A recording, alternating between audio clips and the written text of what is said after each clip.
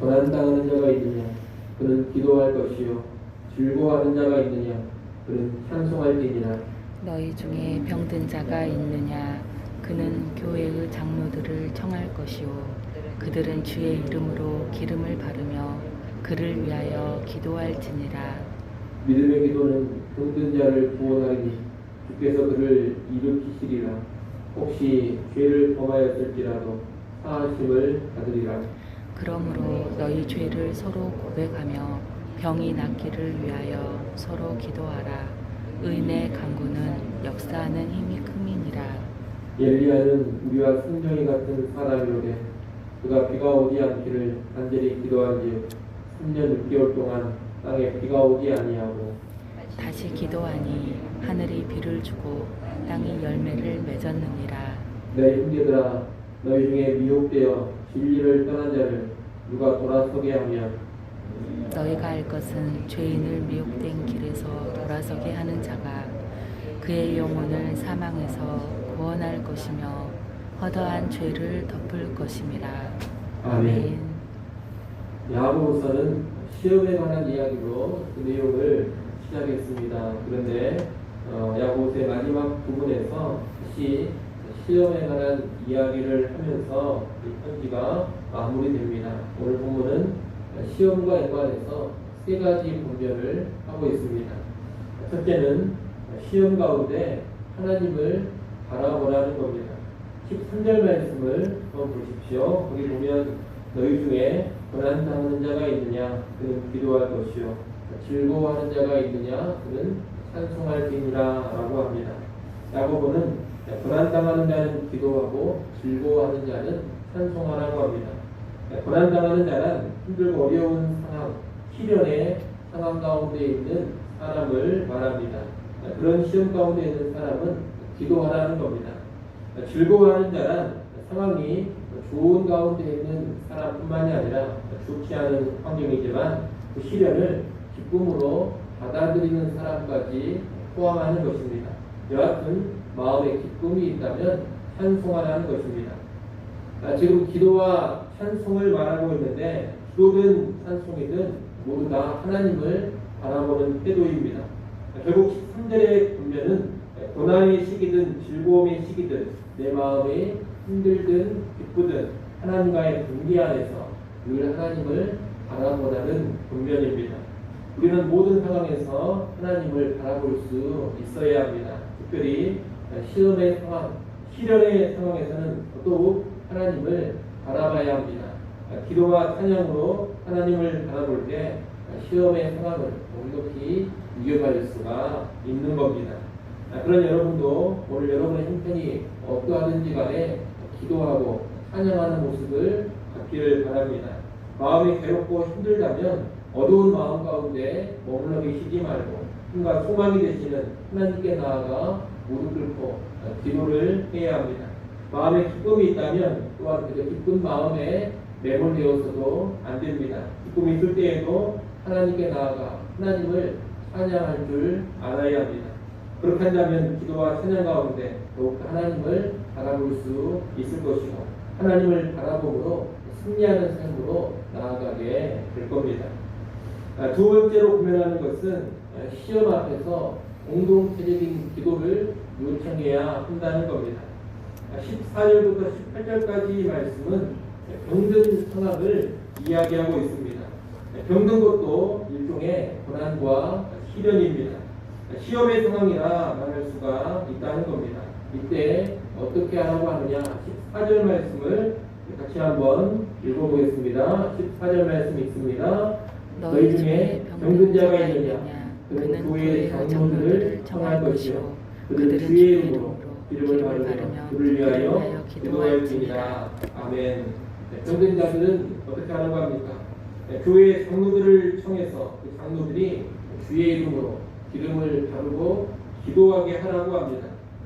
여기서 기름을 바르는 것이 무슨 의미냐 여기에 관한 궁금증이 있는데 당시 이 기름이 치료 효과가 있었기 때문에 필요한 치료를 하면서 기도하라 이런 의미로 볼 수도 있고 아니면 성경에서 이 기름이 종종 성령을 상징하기 때문에 성령의 임하심, 성령의 치유의 능력을 기대하는 차원에서 기름을 받으며 기도하라, 그런 의미로 볼 수도 있겠습니다.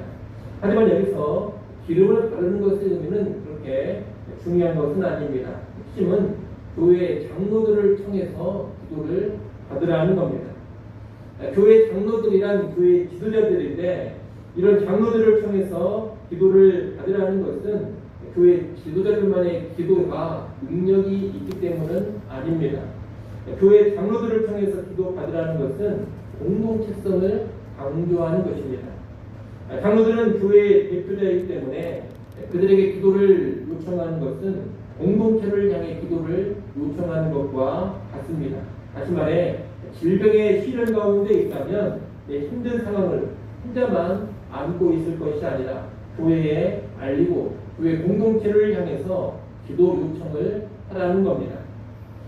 장로들에게 기도를 부탁하고 그들이 기도하는 것은 개인과 교회 공동체 모두가 하나님의 은혜를 구하는 믿음의 행위입니다. 15절 말씀에 보면 그런 믿음의 기도가 병든 자를 구원하고 심지어 그 병의 원인이 죄 때문이었다 하더라도 죄 사함을 받을 수 있다, 그렇게 말씀합니다. 그래서 16절에서는 뭐라고 하느냐, 신자들은 서로에게 죄를 고백하며 병낫기를 위해서 함께 기도하라고 합니다. 개인 기도만으로 머무를 것이 아니라 함께 기도하라, 이것이 성경의 본면입니다. 특별히 여기서 서로 죄를 고백하라 그랬는데, 이 죄를 고백하라는 것은 개개인의 은밀한 죄들을 다 낱낱이 일일이 고백하라, 이런 말씀은 아닙니다. 여기서 말하는 죄는 공동체의 관계를 허무는 죄악들을 말하는 겁니다. 공동체의 관계를 허무는 그런 죄악들을 고백하면서 서로 용서하고 화해하는 차원에서 이루어지는 그런 고백으로 이해하는 것이 좋겠습니다. 교회 공동체 안에 깨어진 관계들을 회복하고 공동체 구성원들이 함께 기도하며 나갈 때 하나님께서는 치유의 역사를 일으켜 주신다는 겁니다. 7절 하반절에 보면 의인의 간구는 역사하는 힘이 크다, 그렇게 말씀했습니다. 여기서 말하는 의인이란 갈등과 분열을 해결하고 사랑과 화평 가운데 있는 공동체의 구성원들, 교회 구성원들을 말하는 겁니다. 하나님 앞에서 신실하게 살고자 하는 그 개인과 공동체의 기도를 하나님께서 듣고 응답해 주시는 겁니다. 17절, 18절은 믿음으로 드리는 의인의 기도가 힘이 있다는 것을 엘리야의 예를 통해서 말하고 있습니다. 엘리야는 우리와 똑같은 그런 성정을 가지고 있는 사람이었습니다.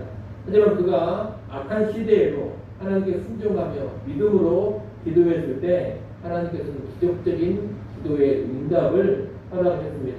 이처럼 하나님께 순종하는 의인의 믿음으로 기도할 때 하나님께서는 놀라운 응답을 주신다는 겁니다.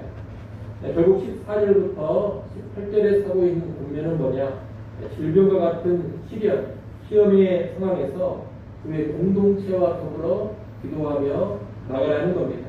그의 공동체와 함께 기도하며 나갈 때 그 시험을 넉넉히 극복해 갈 수 있다는 본면인 것입니다.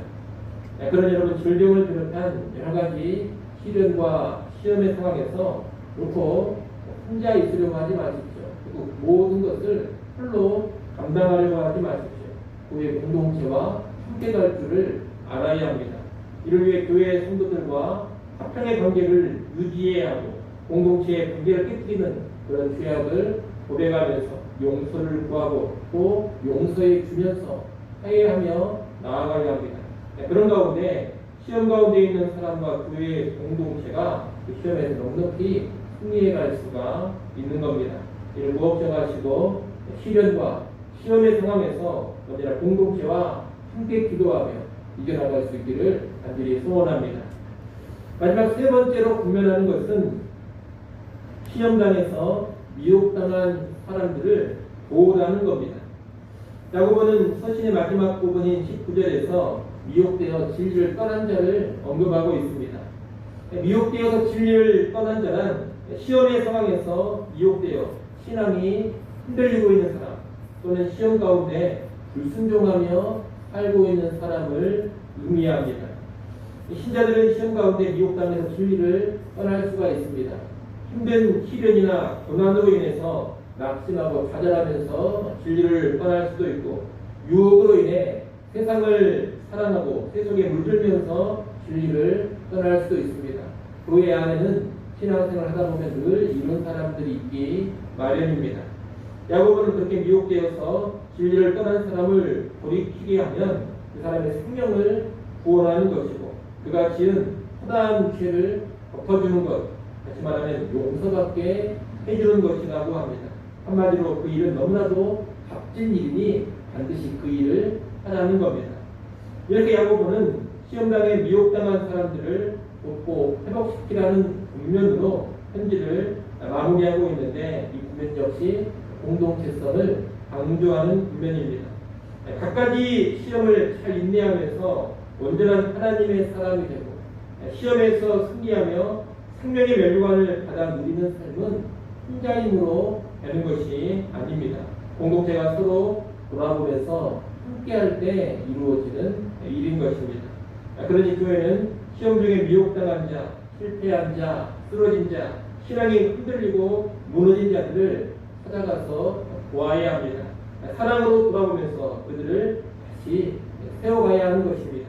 이를 통해서 교회는 시험에서 온전히 승리하는 그런 공동체가 될 수가 있을 겁니다. 이를 하시고 여러분도 주변에 있는 다른 성도들을 관심 갖고 잘 돌아볼 수 있기를 바랍니다. 혹시라도 여러분 주변에 시험으로 인해서 미혹당한 그런 성도가 있지는 않습니까? 그렇다면 외면하지 마시고 그를 잘 돌아보고자 하십시오. 그를 위해 기도하시고 그를 찾아가서 살펴보시고 진리의 말씀으로 권면하며 그를 다시 세우고자 하십시오. 사랑으로 품고 숨겨서 그를 회복시키려고 최선을 다하십시오. 만약에 그가 회복된다면 한 명의 영혼을 살리는 가장 값진 일을 한 것입니다. 그럼 오늘 하루 또 남은 인생 그런 값진 일을 기꺼이 감당하는 우리 모두가 될 수 있기를 간절히 소원합니다. 기도하겠습니다.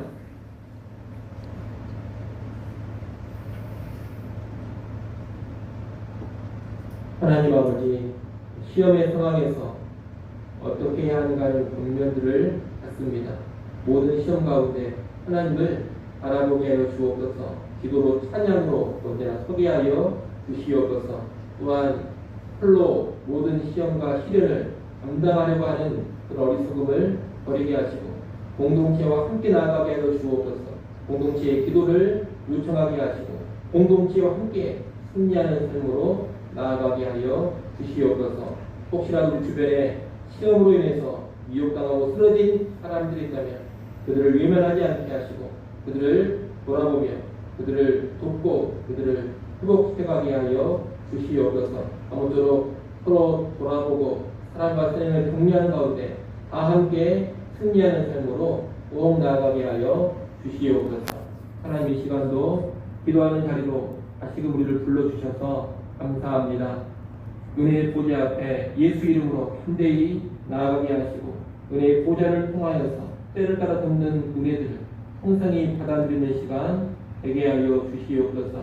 힘과 위로와 격려를 주께로부터 공급받게 하시고 그로 말미암아 오늘 하루도 승리하며 살게 하여 주시옵소서. 주일입니다. 곧 예배 시간마다 하나님께서 임재하여 주시고 은혜받아 누리기를 원합니다. 모든 성도들이 하나님 앞에 영과 진리로 예배케 하여 주시옵소서. 우리 유치부, 유초등부, 중고등부 청년 모임도 기억하시고 한량없는 은혜를 베푸사 교회 다음 세대들을 든든히 세워주시기를 간절히 바라고 원하오며 예수님의 이름으로 기도드리옵나이다. 아멘.